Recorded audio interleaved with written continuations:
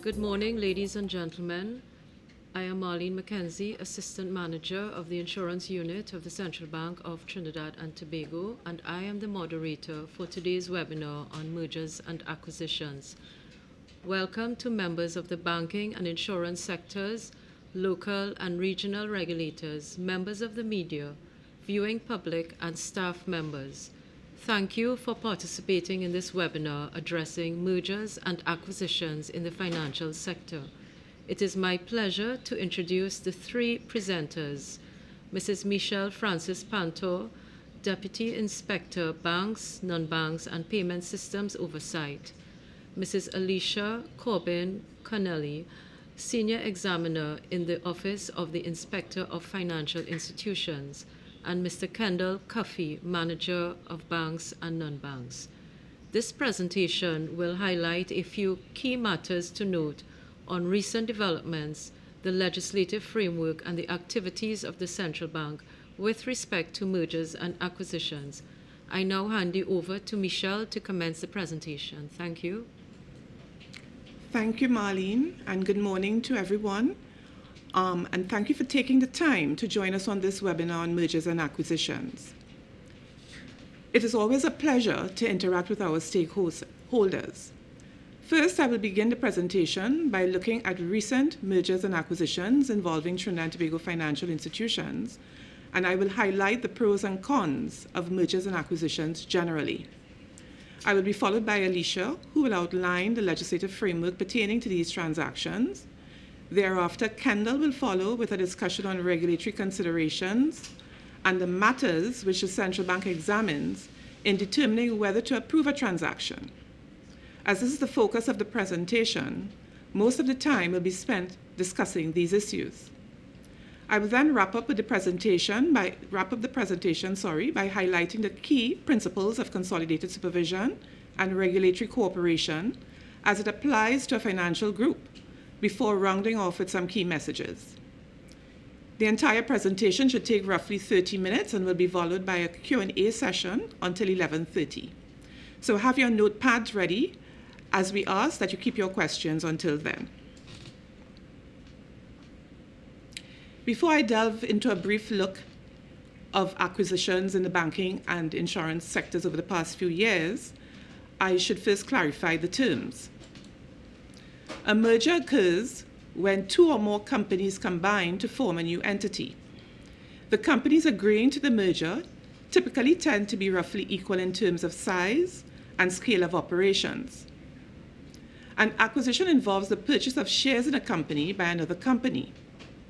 Based on the laws governing licensees and insurers, namely the Financial Institutions Act and the Insurance Act, the threshold for acquisition occurs when a financial entity or a significant or controlling shareholder of a financial entity has the power to exercise 10% or more of the voting power at any general meeting of the regulated entity. In terms of recent acquisitions in the banking sector, the first quarter of 2021 has only recently ended, and already two acquisitions have been concluded. The first acquisition involves the sale of assets of the Eastern Caribbean subsidiaries of the Caribbean-owned Trinidad and Tobago-based RBC Financial Caribbean Limited to a consortium of indigenous banks in the Eastern Caribbean. The second involves the acquisition of Indian-owned Bank of Baroda by a local non-bank, Answer Merchant Bank Limited. Bank of Baroda would have indicated that the sale of some overseas subsidiaries was part of its government strategy to rationalize the bank's foreign operations. The sale of the RBC subsidiaries in the Eastern Caribbean to Caribbean banks follows similar acquisitions of Canadian-based banks by Caribbean entities, as demonstrated on the next slide. Over the last few years, Republic Group has made a number of acquisitions in the region. In 2019, the group acquired majority stake in Cayman National Corporation. With this acquisition, the group has gained access to markets in the Isle of Man and Dubai. In that same year, the group, Republic Financial Holdings Limited, acquired Scotia's operations in several Eastern Caribbean countries, as well as Scotiabank's operations in Anguilla and Saint Martin. In 2020, Republic Financial Holdings Limited acquired Scotia's operations in the British Virgin Islands as well. These acquisitions are in addition to the group acquiring a majority stake in HSC Bank in Ghana in 2015.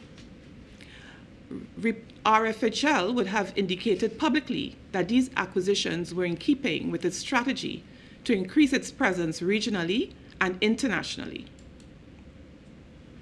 There were also 4 acquisitions of insurance companies during 2019. Guardian Holdings Limited, the parent company of 1 non-bank and 3 insurance companies, was acquired by the Jamaican-owned NCB Financial Group. Sagicor Financial Corporation was acquired by Canadian-owned Align Vest Acquisition 2 Corporation. Motor One had 2 acquirers, namely Jamaican-owned General Accident Insurance Company and Trinidad and Tobago-owned Micon Marketing Limited. And the Beacon Insurance Company was acquired by Bermuda-based Colonial Group International Limited, now known as Carlyle Group. So while local financial institutions have been looking outwards, regional and international financial institutions have been looking at Trinidad and Tobago as a lucrative market. However, not all proposals for mergers and acquisitions are successful or obtain regulatory approval, and I have listed 3 of the recent ones here.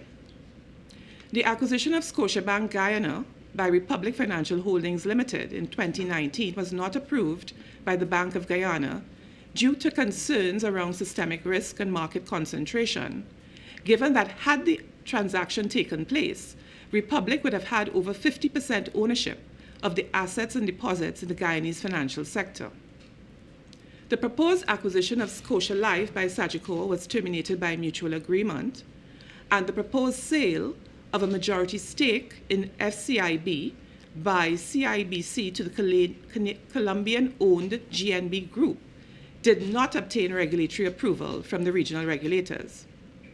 It should be noted that generally, regulators do not disclose the reasons for objection to a merger or acquisition publicly, but may opt to do so where there is a public interest concern, such as potential for systemic risks or potential impact on competition. So why do financial institutions pursue mergers and acquisitions? There are several reasons for this. Some potential benefits to mergers and acquisitions include they can add value to the combined entity or group, which in turn adds benefit to their shareholders. They can increase market share or access to new markets and a wider customer base. This leads to the ability to diversify the offering of products and services and contributes to growth and diversification in assets and income. They can create opportunities for growth, particularly where there is limited room for organic growth in existing markets. They are a medium to obtain quality staff, additional skills, or buy a brand to grow the business that may be otherwise difficult to attract or develop. They can reduce the cost of operations through consolidation and produce economies of scale. However, while mergers and acquisitions can help build synergies and increase efficiency and profitability, they also present certain risk. So let's look at some potential drawbacks. Monopolies can be created, which can negatively affect consumers of financial products and services in terms of choice and/or pricing. Systemic risk may result as too big to fail institutions may be created, resulting in financial stability concerns. Mergers and acquisitions may also result in the acquirer or controller being over-leveraged, given the need for significant funding to finance the transaction. Further, the expected benefits of the merger or acquisition may not occur with the desired speed or size expected, or may never materialize.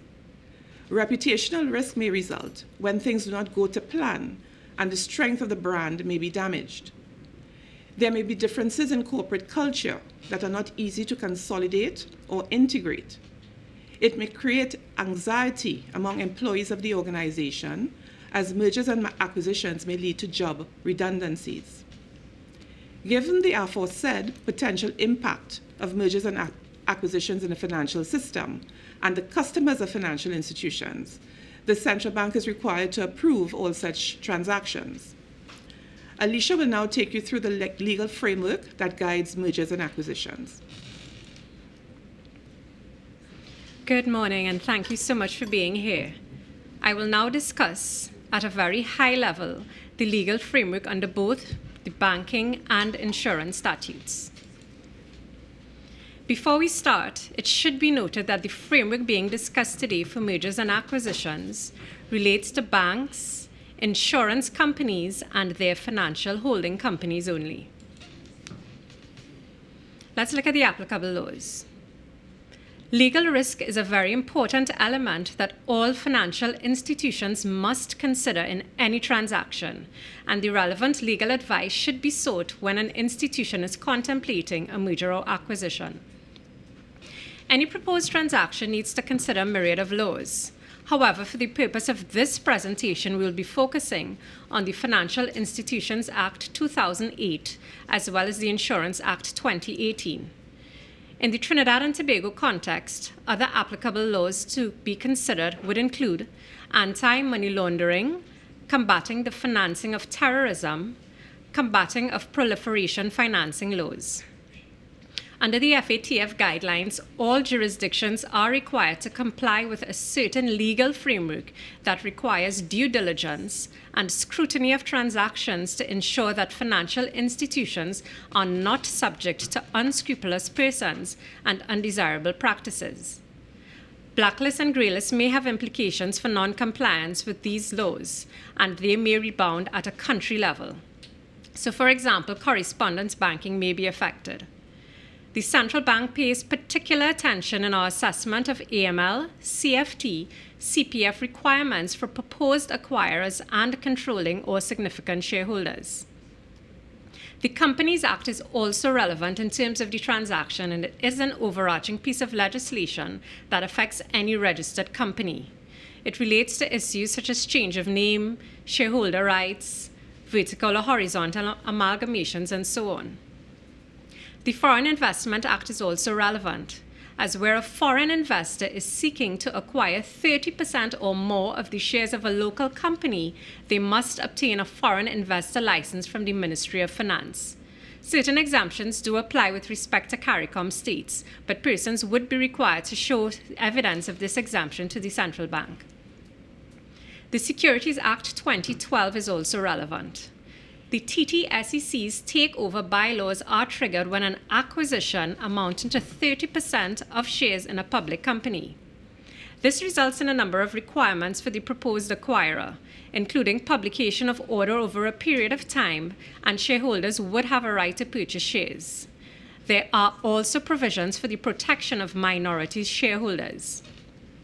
It should be noted that the time frame for a transaction to close may be affected by these requirements. Institutions should also ensure that the Tax Information Exchange Agreement, United States of America Act, and the Income Tax Act and other laws are examined, as there are FATCA and common reporting standards requirements involving financial institutions making certain disclosures to the Board of Inland Revenue for remission to overseas jurisdictions, including the United States. With respect to the Corporation Tax Act, this may affect the structure a financial institution chooses for a particular transaction, and financial institutions will need to be cognizant of cross-border issues related to taxes. Let's look now at the legal framework under the banking sector. Once a merger or acquisition involves a licensee or an insurer, approval is required. As such, the central bank is required to assess any proposed change in ownership of a controlling or significant shareholder of any licensee, insurer, or financial holding company. We are also required to assess mergers or acquisitions involving licensees, insurers, or their financial holding companies. Insurers and financial holding companies of insurers who wish to undertake transfers and amalgamations of their insurance business or part thereof will also be assessed. Now, the assessment of the suitability of a significant or controlling shareholder, acquirer, or FHC will likely arise during any merger or amalgamation or acquisition as changes to the ownership structure of the entity following the transaction will occur. Hence, the need for an acquirer's controlling shareholders, significant shareholders, or FHC permit. Now, an acquirer's permit will be required where a financial institution or the significant or controlling shareholder of that institution is seeking to acquire more than 10% of the voting power of a licensee or an FHC of a licensee. A controlling or significant shareholder permit would be required based on the amount of shares being acquired in a local bank. In terms of mergers, approval is required from either the central bank or the Ministry of Finance, and this approval will be based on the size of the proposed merged company. I will discuss this market share consideration shortly. Local banks acquiring or selling subsidiaries, whether inside or outside of Trinidad and Tobago, must also seek the approval of the central bank. The legal framework for insurance is quite similar to that of banking, so similar approvals will be required. Let's take a look now at the market concentration issue.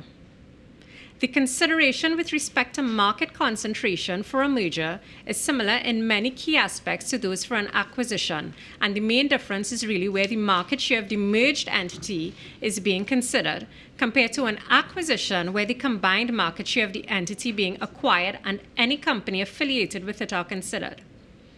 When assessing applications for acquisitions, the central bank will consider 1.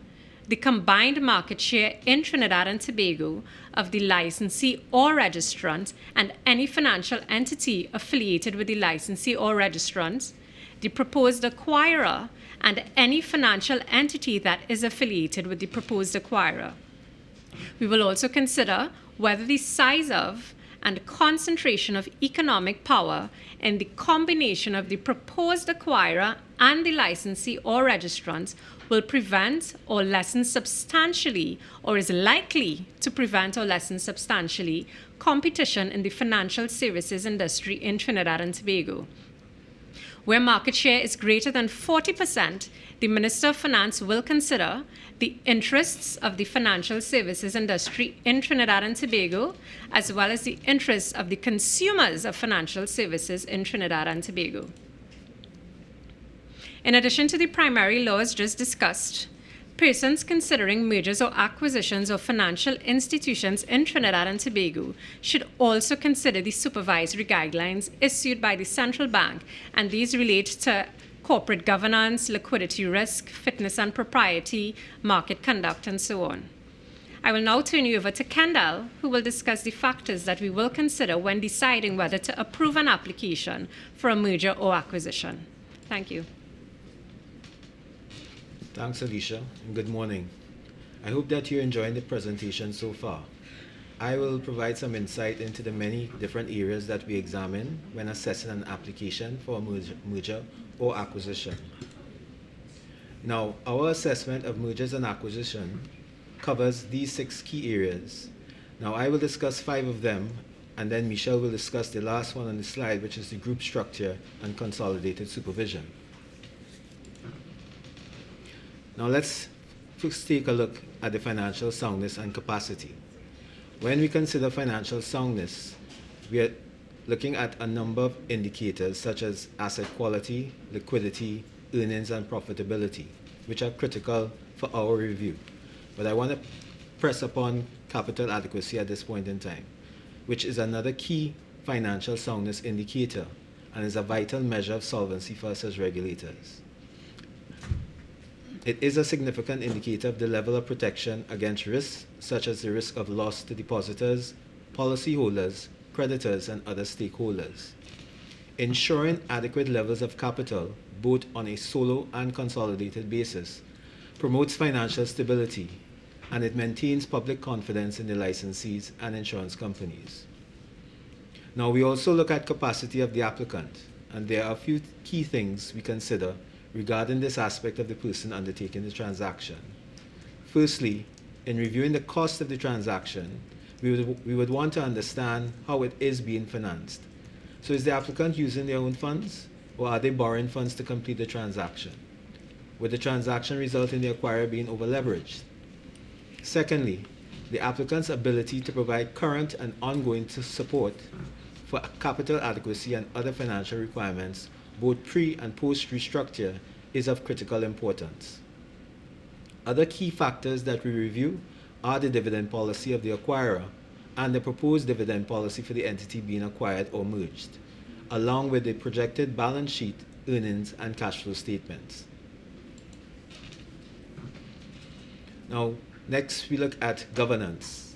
The central bank regards sound corporate governance as crucial for any merger or acquisition, and the elements articulated in our corporate governance guideline would be closely examined in assessing any application. We would examine the composition of personnel that comprise senior management, and we'll also look at their competence and expertise. We also review the composition of the board or parent board versus the subsidiary board. We also look at the number of independent directors on the board, and we also look at the board committees, how many of these committees exist, the nature of the board committees, and the composition of its members, and so on.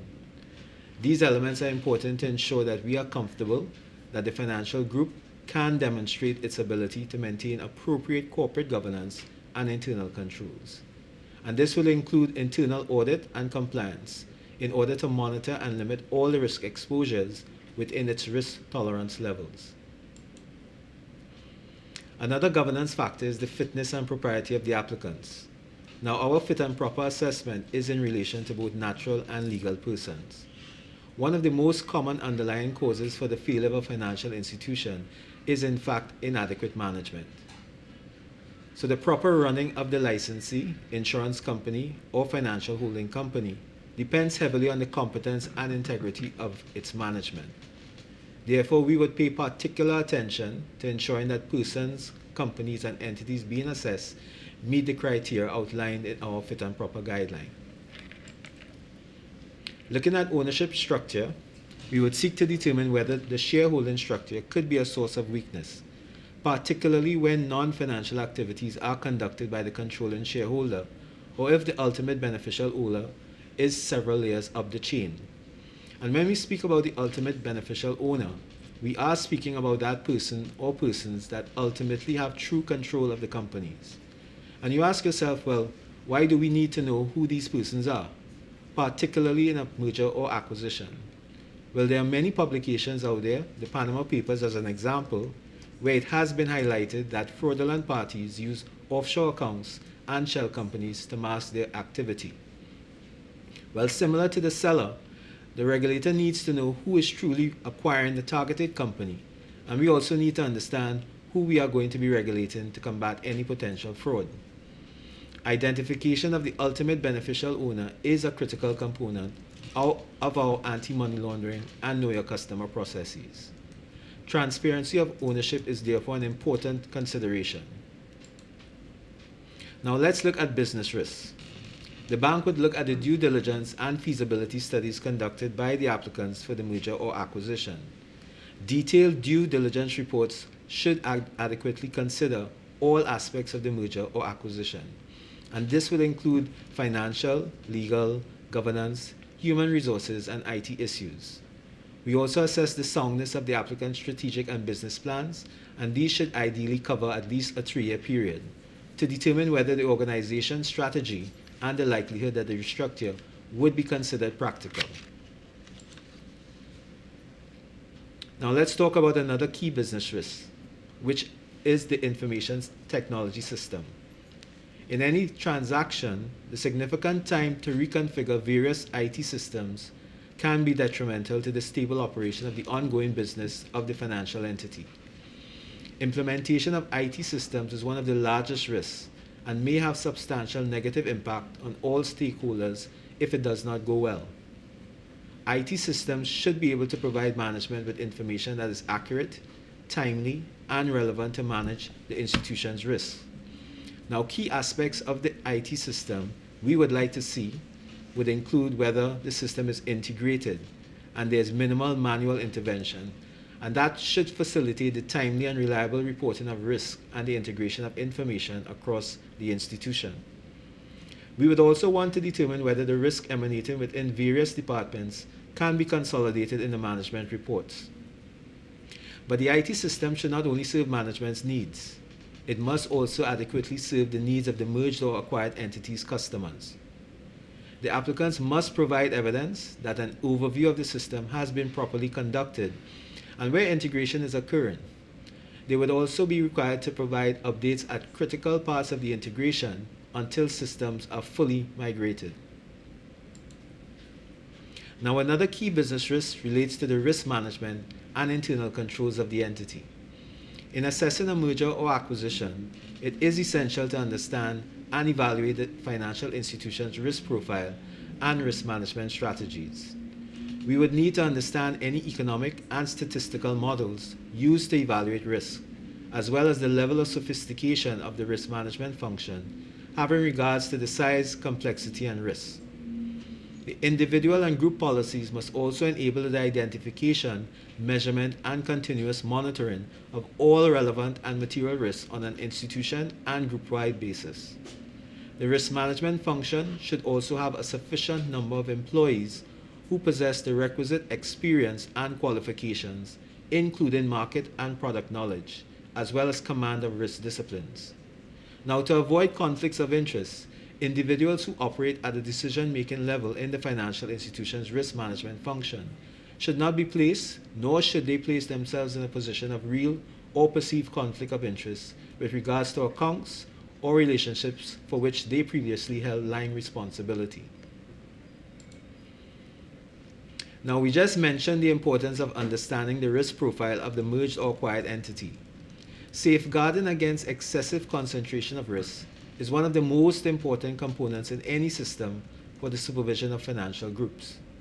While concentrations of risk cannot always be eliminated, the risk must be contained by ensuring that the exposure is diversified. Our assessment of the risk associated with the significant activities of the financial group and the management of those risks forms the nucleus of our determination of the group's overall risk profile.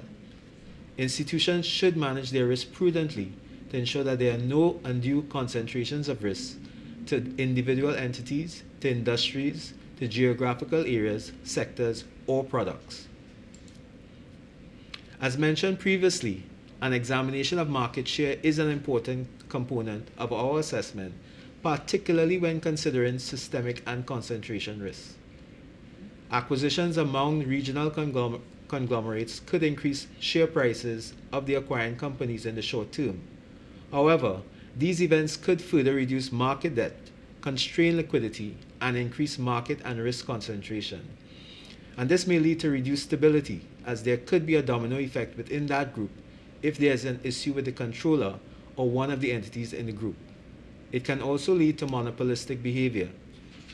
So we may consider a variety of factors in our determination of market share. And these will include, but are not limited to, assets, income, deposits, number of customer accounts, and in the case of insurance companies, total policy liabilities. Public interest and environmental considerations are also looked at when we assess systemic and concentration risks. An assessment of the impact on the public interest would be undertaken when determining whether to approve a proposal for restructuring. For example, the proposed transactions should contribute to the soundness of the financial system and to efficient and fair banking and insurance markets. In addition, the overall legislative and economic environment, including the outlook, would be assessed when making a determination. Now let's look at cultural and human resource considerations. This aspect is often overlooked when considering a merger or acquisition. However, the question of different cultures is prevalent following any material restructuring of operations. We place close attention on the impact of a restructuring on employees. Human resources can be impacted either through the resultant reorganization and streamlining of operations as a result of the transaction, which may impact the resources available to run the restructured entity. But you may also face the challenge of employees in the entities leaving and taking their knowledge and experience with them. Language barriers in cases which the language of the acquiring entity is different from the entity being acquired would also be considered, as the unavailability of policies, procedures, and other documents in the required language may limit the ability to effectively implement group policies. Finally, let's look at the documents we require. Our assessment of a merger or acquisition commences with a review of the submission of a letter of application, accompanied by, as you can see from this slide, quite a bit of information. These are just some examples of documents which may be required in order to complete our assessment. This list is not exhaustive, and not all documents would be applicable in all cases. Additionally, some documents may be used for more than one purpose. That brings me to the end of my segment. I'll turn you back over to Michelle for discussion on group structure, consolidated supervision, and regulatory cooperation. Thanks, Kendall. Kendall will have also indicated that the group structure assessment is a significant aspect of the assessment of the transaction, and the reason for this is simple. The structure of the financial group must allow for group-wide consolidated supervision. In brief, consolidated supervision is a comprehensive approach to evaluating the strength and performance of a financial group, having regard to the linkages and all the risks that may affect the regulated institutions in the group, regardless of where the risks may be booked. Therefore, the bank will carefully consider all the entities that are part of the group. So, some important considerations include, as I mentioned, we will examine the entities that comprise the group, whether they are regulated or unregulated, the nature of the business conducted by the entities, and whether located in jurisdictions that are sanctioned by the Financial Action Task Force or similar organizations for non-compliance with AML or tax laws. We will also examine where the financial institution is part of a mixed conglomerate group, meaning that the group comprises both financial and non-financial entities. In such an instance, the financial entities in the group must be appropriately ring-fenced from the non-financial entities in the group by establishment of a financial holding company, for example. The central bank will examine the complexity of the group structure and whether there are opaque structures in the group or whether parallel owned banks or insurance companies structures exist. Parallel owned banking or insurance structures exist where banks or insurers are licensed in different jurisdictions but have the same beneficial owner or owners and share common management and interlinked businesses, but they are not part of the same financial group for regulatory consolidation purposes. The bank will also look at whether there are language or cultural barriers, Kendall would have mentioned this, that may contribute to compliance issues or compromise the adequacy and accuracy of regulatory reporting on a consolidated basis. And we will also look at whether the intragroup exposures and whether they result in capital, income, or assets being inappropriately transferred from the regulated entity or entities in the group to unregulated entities, or whether there is evidence of over-leveraging of capital. Given these concerns, where a proposed merger or acquisition involves cross-border entities, the central bank will collaborate with regional regulators on the approval. For consolidated supervision of financial groups to be effective, regulatory cooperation and information sharing is critical. Therefore, the central bank will consider whether legal arrangements are in place to facilitate the sharing of information between the central bank and any other regulatory agency or body, whether local or foreign. The central bank may also enter into memorandum of understanding with other regulators to specify what should be shared, the manner in which it should be shared, and how the information is to be kept or safeguarded. Regulators use various means of sharing supervisory information, and one key mechanism for sharing information on a financial group is through the convening of a supervisory college, which is a forum whereby the regulators of all the entities in a group come together to discuss the financial group's performance, governance, strategy, risks, and controls, among other things. Importantly, in assessing a merger or acquisition involving other regulators, the financial institution must evidence that it's obtained the requisite regulatory approvals from all relevant regulatory agencies. Dear folks, we have taken a look at the history, the pros and cons of mergers and acquisitions, the main regulatory considerations, supervisory cooperation, and so on. So I will now conclude by signaling some key messages. And there are 5 key messages that I wish to leave you with. Prospective applicants should engage the regulators in a timely manner regarding a prospective merger or acquisition. The regulator ought not to be hearing about such a significant transaction for the first time in the newspaper. Parties to the transaction, including the acquirer and any significant or controlling shareholders and their directors and officers, must be fit and proper. The bank would have issued a revised fit and proper guideline in 2019, and there are also provisions around fitness and propriety in the laws governing banks and insurance companies. The impact of concentrations and the emergence of potentially systemic institutions is a key consideration in assessing mergers and acquisitions. So financial institutions must consider this in doing their due diligence.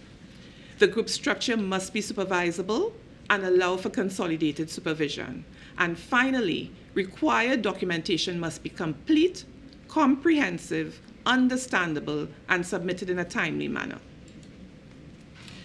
So what we have discussed today and much more have been included in a draft merger and acquisition guideline, which is being issued today for public consultation.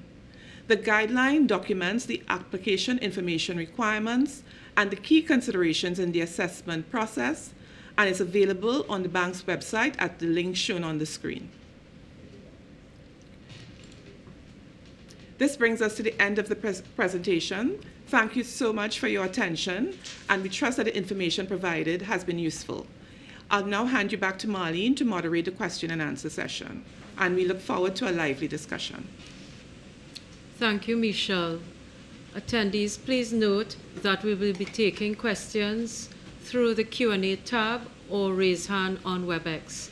The preference, as far as possible, is for written queries through the Q&A tab in WebEx. In addition, persons can send questions through the Facebook and YouTube link to the webinar.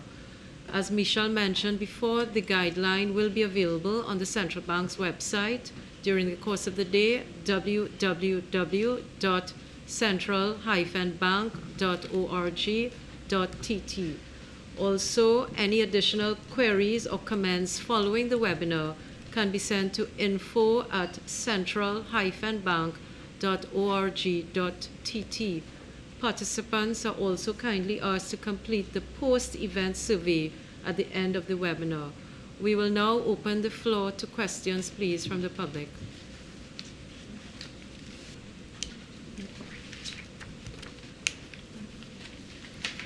There is a raised hand. Mr. Anthony Wilson, could you identify yourself and the organization you are here from, please? Good morning. My name is Anthony Wilson. I'm a journalist at the One Caribbean Media Group. I have 2 questions initially. One, various types of risk were mentioned this morning.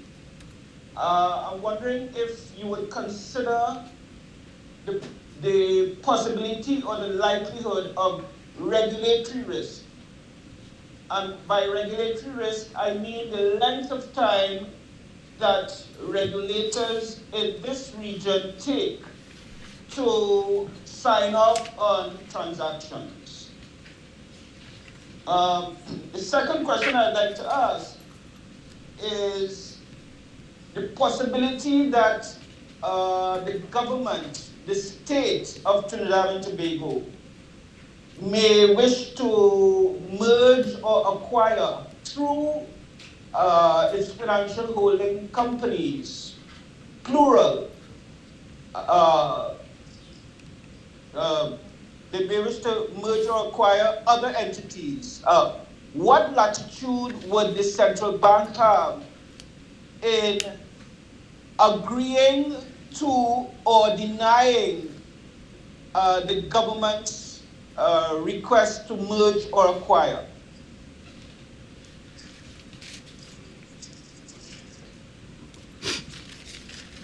Okay, thank you, Mr. Wilson, for your questions. So with respect to the first question, the regulatory risk, in terms of an application for a merger and acquisition, it's normally a very complex issue. And especially it becomes even more complex where it involves other regional regulators. So it naturally will take some time to approve such a transaction. And as Kendall would have pointed out in his presentation, there are quite a number of factors to be considered. And in terms of the application documents and the information to be submitted, it's also quite detailed. So it does take quite a bit of time to go through those documents and, where necessary, collaborate with the regulators. That is why we would have indicated in my concluding remarks that it's necessary to engage the regulators at an early stage so that you really understand what the requirements are in terms of submitting an application for a merger or acquisition. It even becomes more complicated when you start taking into consideration systemic issues. If by virtue of the application that there is going to be some increase when you reach the threshold in terms of concentration of the market share. So it is really an involved process, and we do recognize that it could be lengthy, but it is naturally so given the importance of the issue. With respect to the second question regarding the merger of government-owned financial institutions, any bank, insurer, financial holding company has to comply with the laws surrounding the banks and insurance companies and financial holding companies under the Financial Institutions Act and the Insurance Act. So the assessment process is going to be entirely the same.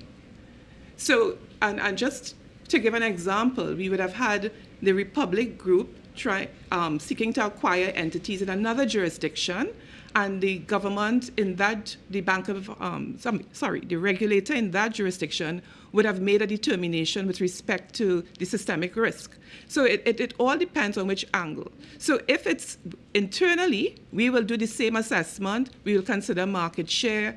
We will consider all the other factors that Kendall would have identified: capital adequacy, the risk to the policyholder, depositor, everything that he would have identified in his presentation. It will be done for any government-owned bank or insurance company or financial holding company as any other type of institution that is privately owned. I hope that answers your question.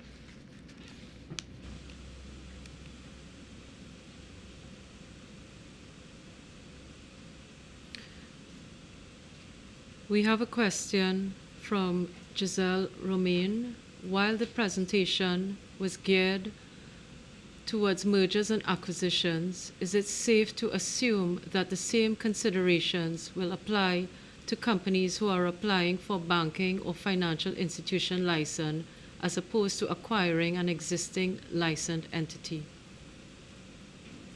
Generally, I would say if you're now if you're applying for a license, the requirements are very similar in terms of the application process. There may be one or two nuances, but it's very similar.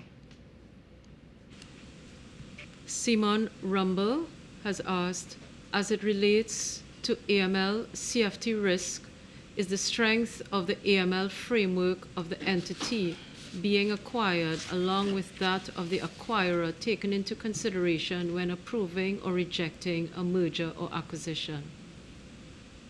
Yeah, we would look at the strength of both the entity being acquired, the AML, the practices, as well as that of the acquirer in order to determine whether or not the merged entity or the entity being acquired, whether or not they would have proper policies in place. We'd also look at their history in terms of compliance. We have a question with regards to the proclamation from Gina Samaru. With the proclamation of the Insurance Act of 2018, does the central bank expect to see an increase in the quantum of mergers in the insurance brokerage sector. I'll take that.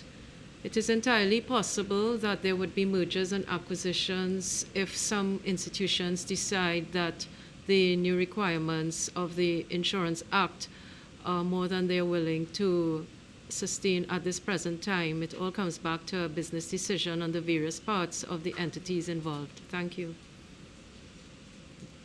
The central bank, you stated on question slide 31, you stated that the central bank pays close attention to the impact on employees. Would the central bank deny an application if a firm has plans to rationalize the headcount?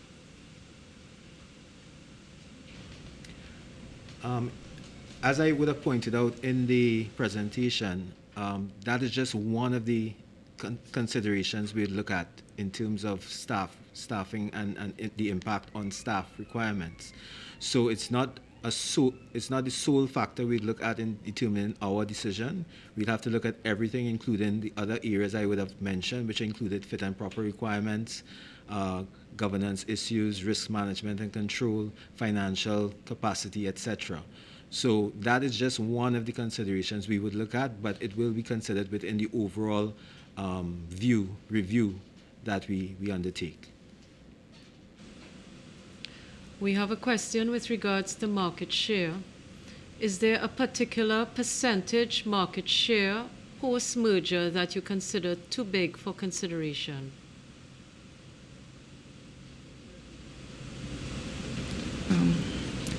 Sorry.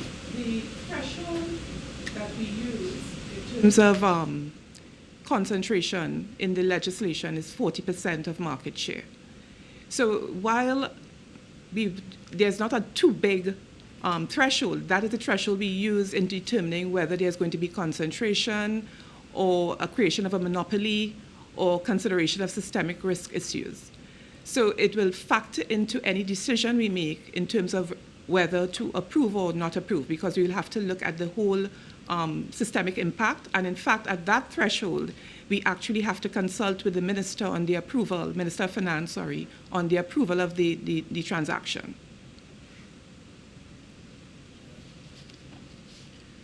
A question with regards to the duration of time. Various types of risk were mentioned that the bank will consider. Is the possibility of regulatory risk, that is the length of time regulators take to sign off on transactions, a consideration? Is that the same question that was posed by Mr. Wilson and which was already answered? Okay, we will move to the next question.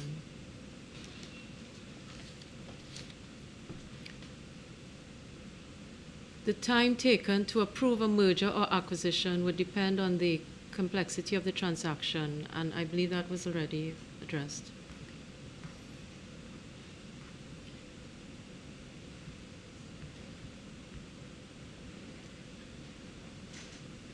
There is a question on a specific entity.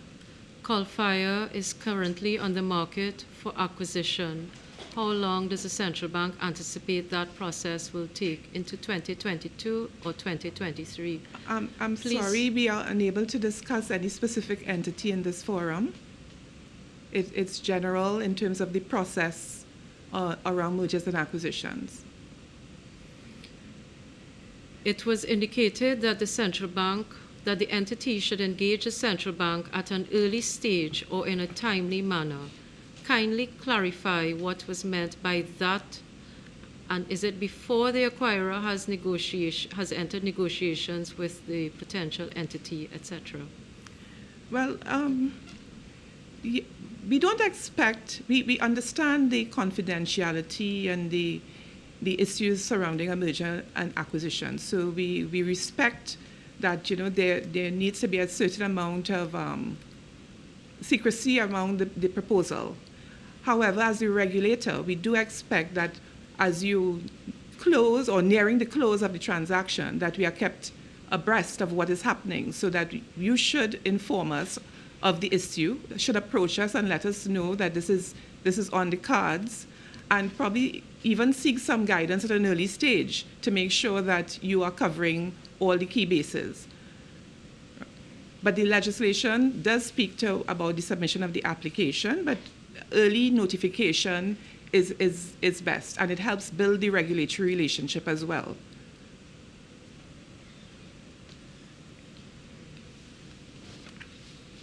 Do the central bank's concerns around systemic and concentration risk extend to situations where an existing domestic financial services provider organically grows beyond the 40% threshold?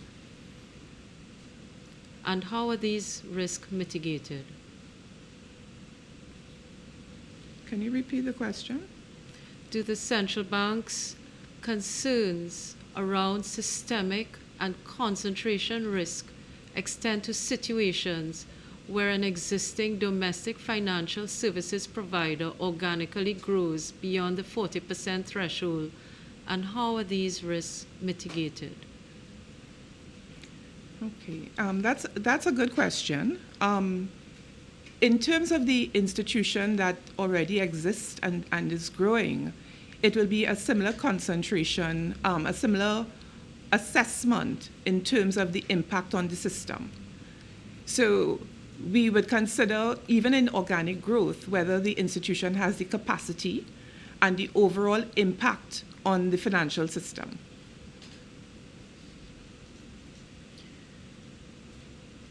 In cases where there are foreign elements involved, shareholders, controllers, legal entities domiciled in foreign territories who now want to operate or be licensed in TNT or to acquire a TNT licensee, would the central bank be assessing the regulatory framework which exists in the jurisdiction where the entity or shareholders in question are domiciled? And if so, is there a scale or matrix used in assessing a foreign regulatory framework? Okay. In my presentation on consolidated supervision, we would have discussed, in terms of our regional regulators, we do have a lot of regulatory, what we call it, like we have Caribbean Group of Bank Supervisors, we have the Caribbean Association of Insurance Regulators, and there's also a securities group, Caribbean Group of Securities Regulators. So in terms of those jurisdictions, there tend to be equivalent legislation. So in terms of sharing of information provisions, and we are aware of that, so we meet as a college of regulators and we share information related to the financial group. So you will be discussing, so we discuss a lot of things, whether it's the financial performance, the strategy, the business risks. So we do collaborate. We are aware of the legal issues or the legal framework in those jurisdictions and their ability to share information with us as well. Someone has asked if the presentation will be available to the participants. The presentation is already on the website. The PDF format is on the website and available, the central bank's website. A question and a statement from one participant. I found your presentation to be very insightful, particularly in light of the decision of the Canadian banks to exit the Caribbean market. Noting that these foreign-owned entities do not sell their brands and in some instances undergo name changes prior to selling these entities to local or regional institutions, what message, in your view, is this decision signaling to the market? There is no, in terms of I would have gone through in the presentation looking at the pros and cons of a merger and acquisition. So a decision to exit the market is really a business decision, similar to the decision to enter the market. It's the same. You will do a consideration cost-benefit analysis, and that will inform your decision to either enter or exit the market.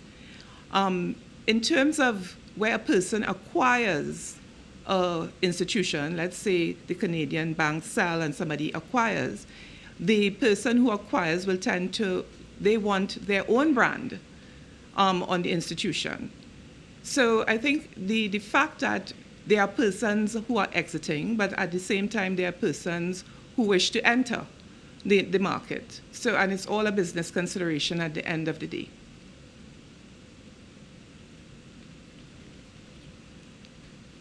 A comment and a question. I commend the central bank on the timeliness of the guidelines. The region, because of sheer size, is becoming less attractive by the traditional international investors, particularly the North American ones. So central bank must ready the system for exits and then the ability of potential non-traditional acquirers. Assuming the bigger picture of the region's economic conditions, will this be factored when looking at potential acquirers? It's me again? I'll just read it over. No, It's I understand the okay. question. I got the question, thanks. It's already considered. The process of an acquirer submitting an application, where from whatever jurisdiction the acquirer may come from, will be the same, as Kendall went through in quite a bit of detail. So it will depend on looking at the fitness and propriety of the person seeking to acquire the entity. And at the end of the day, the preservation of the stability of the financial system is paramount, and therefore we would have to go through that robust due diligence check. We are open to different players, but they must be fit and proper to enter the system. Question. Can you speak to the role of governments in mergers and acquisitions? In what situations must they be consulted? We would have discussed the market concentration issue, where the combined market share would exceed 40%. In terms of that transaction, our Minister of Finance must be consulted, so he would be able to determine the interests of the sector as a whole, as well as the impact of consumers. So once the transaction involves the combined entity or the acquired entity exceeding 40%, then the Minister would be consulted. Just to add to what Alicia is saying, they look more at the competitive issues, but at the same time, we wish to re-emphasize that the central bank does consider the application in full, and a recommendation is made to the minister pertaining to those types of transactions which are in excess of the 40%. We have a question with regards to the Fair Trading Commission. What is the relationship between the central bank and the Fair Trading Commission? If the central bank approves a transaction, is this considered by the Fair Trading Commission as well? Is there a coordination between the regulators, specifically the Minister of Finance?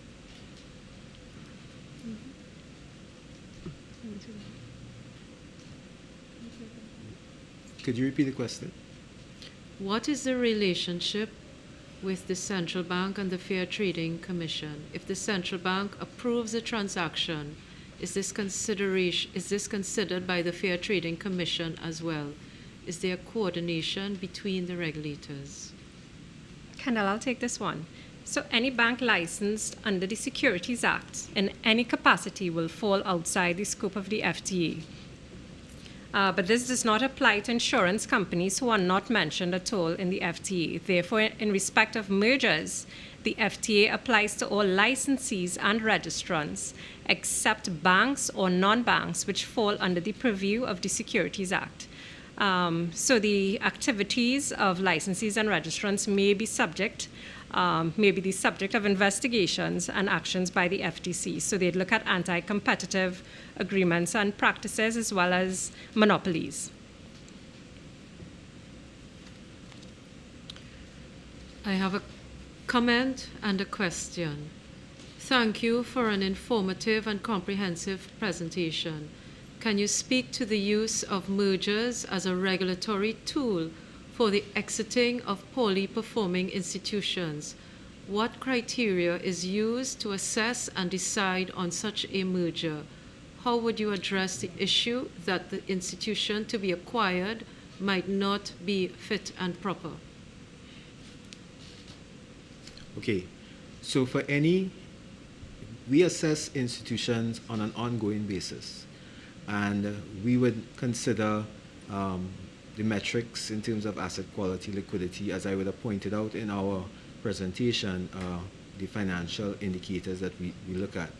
And if there is an institution that is performing poorly, we will manage that situation as it pertains to our regulatory action. Now, if there's a merger to take place, the important point in that merger is to consider whether the acquiring entity, the entity who wishes to acquire the poorly performing entity, is bringing or is adding value and would improve the performance of that particular entity when they merge. So at the end of the day, we always look to ensure that any merged entity is bringing some added value to the performance of the combined entity when it's merged.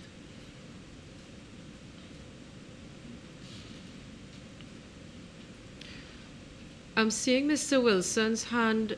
Mr. Wilson, do you have another question, or is this from your previous question? I think I think it's from my previous question. Okay, we will. But I reserve the right to ask a question before the end of the Okay, session. certainly, sir. We have a number of questions coming through, so we will take the other questions. Thank you. If a financial institution is failing, can or has the Central Bank of Trinidad and Tobago recommended an acquisition or merger to take place by another financial institution that the regulator may consider a good fit in terms of risk management, financial capacity, and culture? What would be the process in this case? Okay. Yes, in terms of our crisis management process, the consideration where institution is failing, there's always a consideration to seek a merger or an acquisition by another institution where the institution is failing. So that is a consideration. In such a situation, the consideration will be whether by virtue of the acquisition that the institution could be returned to some measure of soundness, the merger or acquisition. So it would be some of the same criteria that we look at in assessing that possibility, whether the institution could be returned to proper capital adequacy, sound prudential ratios, so whether that would be achieved at the end of the day by facilitating the merger or acquisition.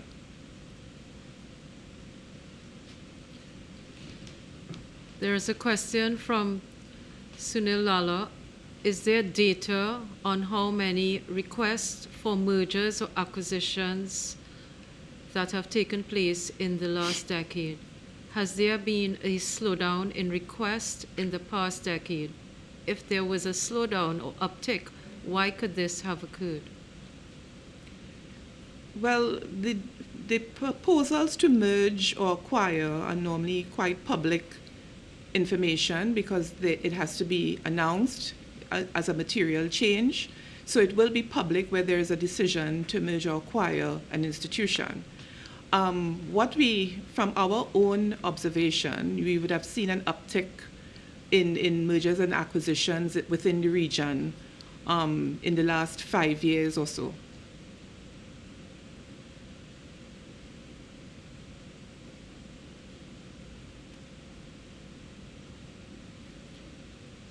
Are there any other questions?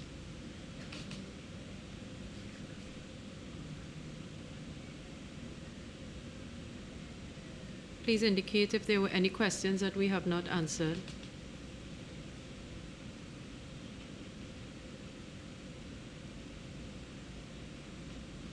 There is a raise. Mr. Wilson, you have the floor. Morning again. Coming back to the issue of potential regulatory risk, does the central bank, in discussing mergers and acquisitions with potential parties, tell them from in front what the length of time of this transaction is expected to take, in terms of from the initial period to the regulatory approval? Is that a practice of the central bank? When we have discussions with the financial institutions, we do have a rule of thumb of 3 to 4 months after receipt of all required information.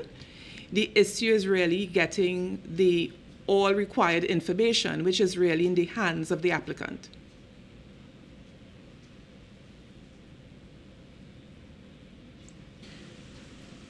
There is Is another. that okay? Yes, but if I could just ask a very quick follow-up, and it is, does the central bank benchmark its approval process with other central banks throughout the region and perhaps throughout the world? Yes, it does, and we are quite consistent and comparable with other regulatory agencies. Even the latest, that acquisition involving RBC, for example, which involved a number of regional regulators where you had to get permission from the different regulatory authorities. That was public. It was commenced since 2019 and was only recently concluded in 2021. But even looking at other authorities, the issue is that we are quite around the same. We are quite in keeping with the international standards. What we have tried to do here is really try to make the process more efficient by putting the information out there up front in terms of what we consider and the application process. And the hope is that will make make the process even more efficient, because the applicant has all the information up front and is aware of all the considerations undertaken by the regulator during the process. So this is documented in the guideline that we would be putting out for public consultation. Mr. Paul Ash has raised a question which I believe may have been answered already. Are there any legal timeframes by which the decisions must be communicated to the applicants by the central bank? And Michelle would have gone into a fair amount of detail on that question. We have another question. Is there any particular fit and proper concern that you focus on in regards to directors and substantial shareholders of companies who engage in mergers and acquisitions? Yes, so as outlined in our fit and proper guideline and what I would have mentioned in the presentation, we look at, of course, the financial capacity of the applicant, as well as any criminal history. Alicia would have mentioned that, their operations in other jurisdictions, if that is something that has occurred.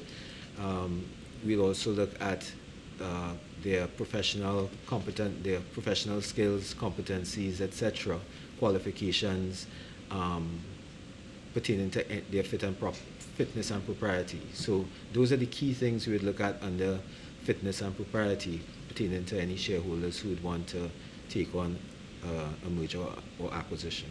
I'll just like to add to that. We will look at whether there's any negative news pertaining to the applicant, if there are any charges or convictions or anything like that. So all of those things are factored into the assessment of the applicant.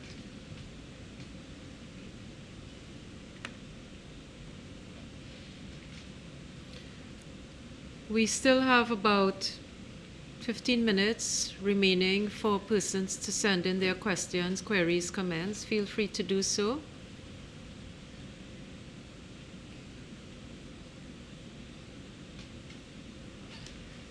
Keep in mind the presentation has already been posted onto the website, and the guideline will be posted during the course of the day. And the email to use for the public is info@central-bank.org.tt. We do have a question. Does the central bank utilize a specific mechanism in determining if the value of a proposed transaction is undervalued, overvalued, or valued accurately? We don't value the transaction.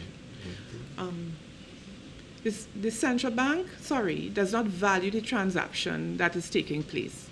The institution will determine the price they wish to pay for a transaction, and that will be documented in their relevant agreements, whether it's their share purchase agreement or their amalgamation agreement. So those things will be documented there, and they would submit that information to the central bank, and they will advise us how they are going to fund the acquisition of the institution.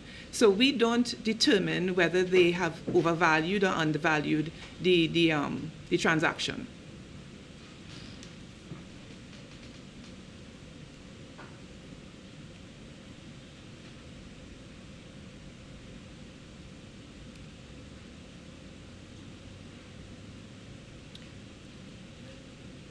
This is your opportunity to raise any questions.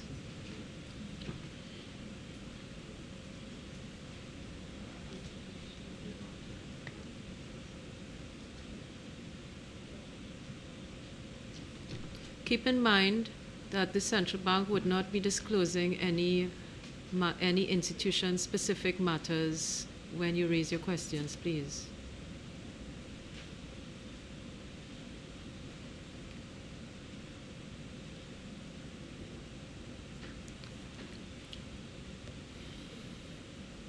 If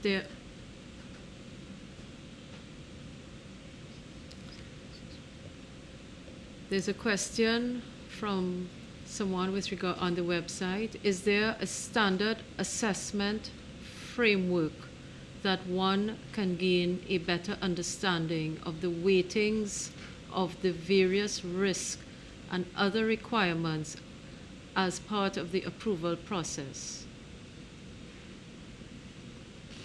Yeah.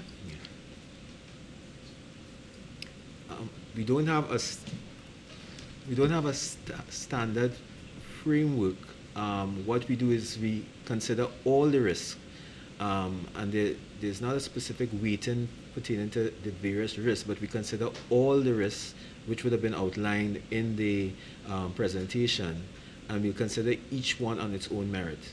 So where, for example, we would look at governance, obviously that's very important. We would have outlined that the governance and the quality of the management for the institutions is important, but similarly, it's also important for them to have the financial capacity, as well as the measures of risk controls for the entity being acquired. So we look at all the risks on its own merit, but there's no standard framework in terms of weighting those various risks.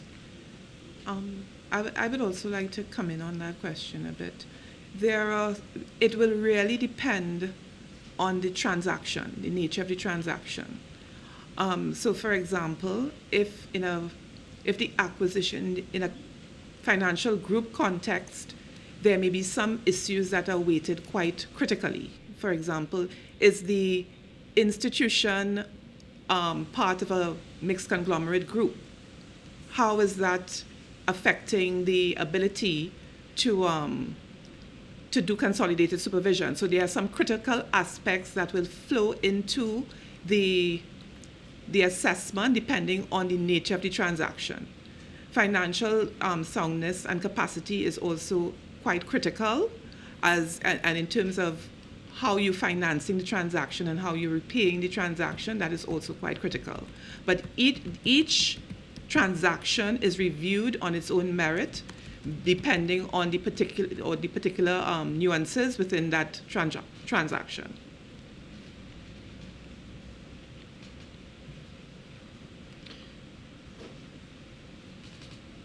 It was stated, question from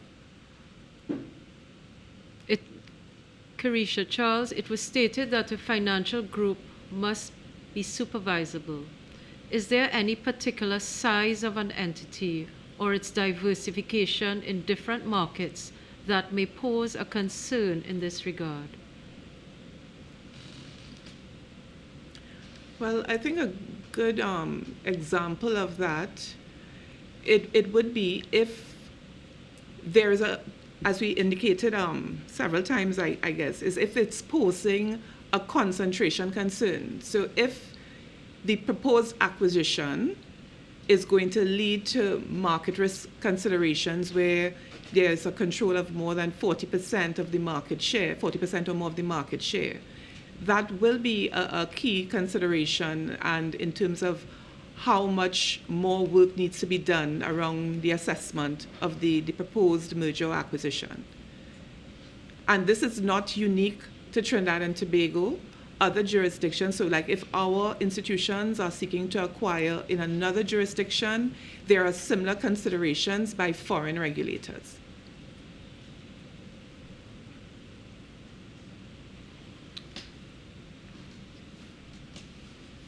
Mr. Dalton Brown has raised a comment and a query at the same time. Surely, if a transaction has been undervalued, shareholders of the target may be potentially impacted in a negative way. Would this not be a cause for concern from the central bank? Well, I would think the shareholders would have had to agree to the proposal in the first instance. So what comes to us is after the board would have had to do their board resolution and agree to the transaction. So their due diligence is expected to cater for that, right? So what comes to us is really to be whether the institution is to be, the acquisition is to be approved or not approved, right? So we do not engage in terms of whether the transaction itself is overvalued or undervalued. That is a decision for the institution and its shareholders. We assess the impact of the transaction on the financial system, the policy holders, and the depositors. We have a further question from Mr. Paul Ash. If there are differences in the decision between the central bank and the minister, how are these resolved? Does the minister make the final decision? Well, at the 40% threshold, the central bank consults with the minister. So the decision to approve resides with the minister at the end of the day. Below that threshold is a central bank determination.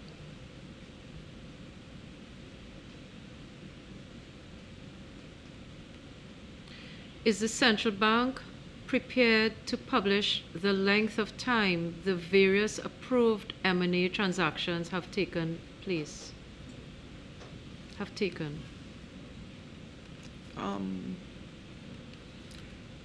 We don't generally publish that. When the institution itself will announce when the merger and acquisitions are approved.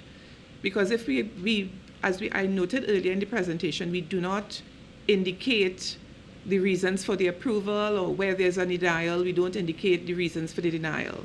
So this is normally, once we make a decision to approve or not approve, that communication generally comes from the institution itself.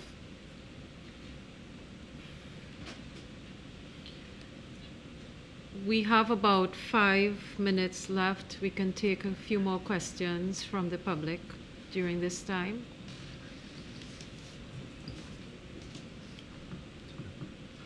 Mr. Wilson, I'm seeing your hand. Do you have another question? I actually submitted those questions in the Q&A. One has already been answered. There's one more still to be answered.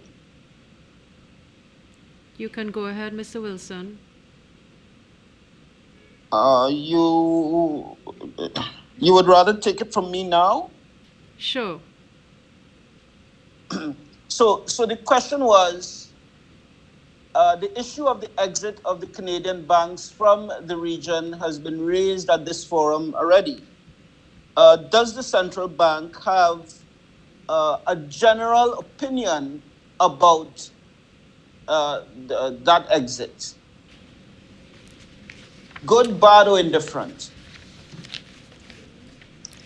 Well, I would not venture to give any opinion on, on whether it's good, bad, or indifferent. I will rehash or reiterate the previous comment in that it's a business decision of the entity. Okay.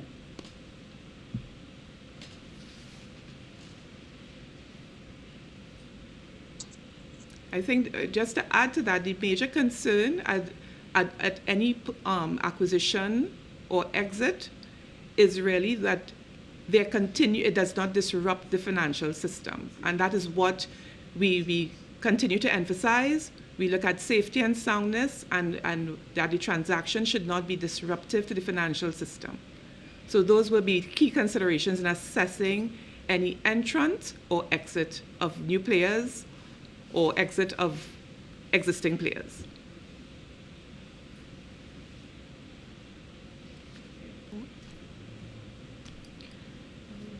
Okay, he has posted his question. If the transaction is overvalued, it may pose problems to the question is,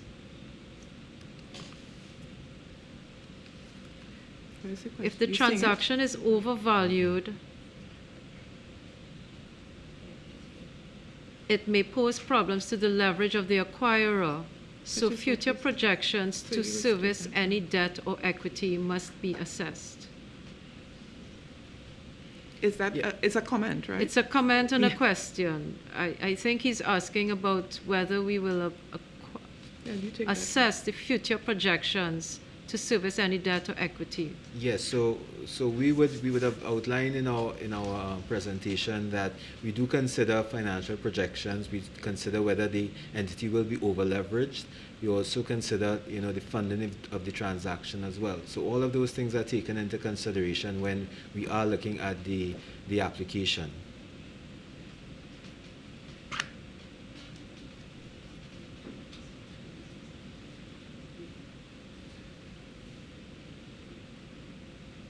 And just to add, those things are outlined in their strategic and business plans. And that's why we ask for a 3-year projection, at least a 3-year projection, so that we can consider whether those projections are realistic or not within the context of the current economic environment.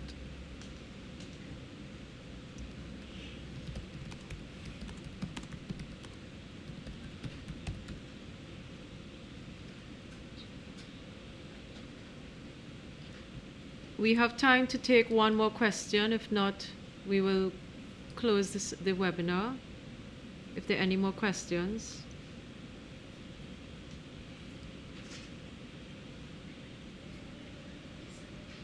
Okay. Just a reminder, the guideline has, it actually is already on the website, so persons can review it and send in their comments at info@central-bank.org.tt. So the guideline is there, the presentation is there, and you can peruse it at your leisure.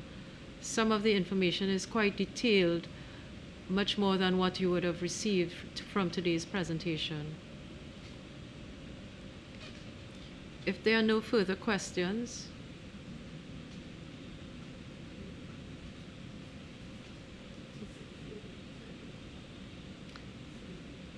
there is a post-event survey that we would appreciate if you could address and complete before you sign off today. And we wish to thank all participants, particularly our fellow regulators, members of the public, members from the banking and insurance sector, as well as fellow staff members. Thank you for your time and attention, and we will now close the webinar. Thank you very much. Have a good day.